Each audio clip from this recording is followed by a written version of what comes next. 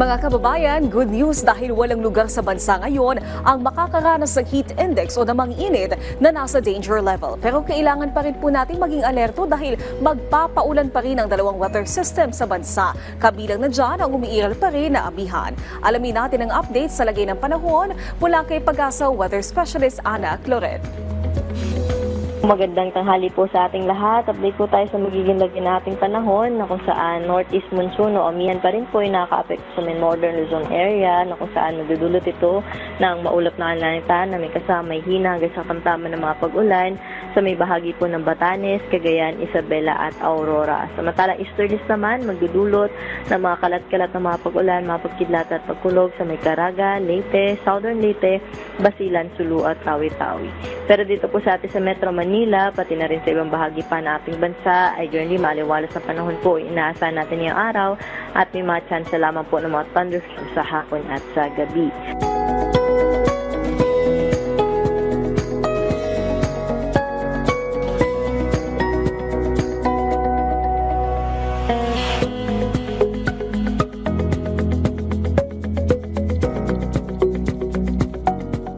At ngayong araw po or hanggang ngayong week, nasa natin ay iral yung Amihan at possibly ay pagkatapos po nito ay official na din po mag-start yung ating dry season dito po sa ating bansa. At sa kasalukuyan po dito sa Kamaynilaan, naasahan natin na nasa around 38 degrees Celsius po yung heat index na posible nating maramdaman. At nasa around 41 degrees Celsius naman po yung naasahan natin sa may bahagi po ng Palawan, pati na rin po sa bahagi ng Romblon.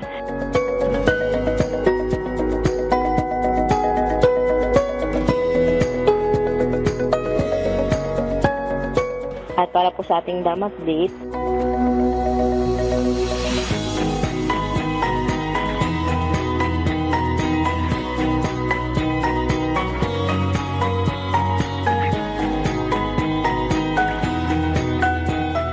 yan po yung latest dito sa Weather Forecasting Center. Ito po si Ana Cloret. Magandang tanghali po.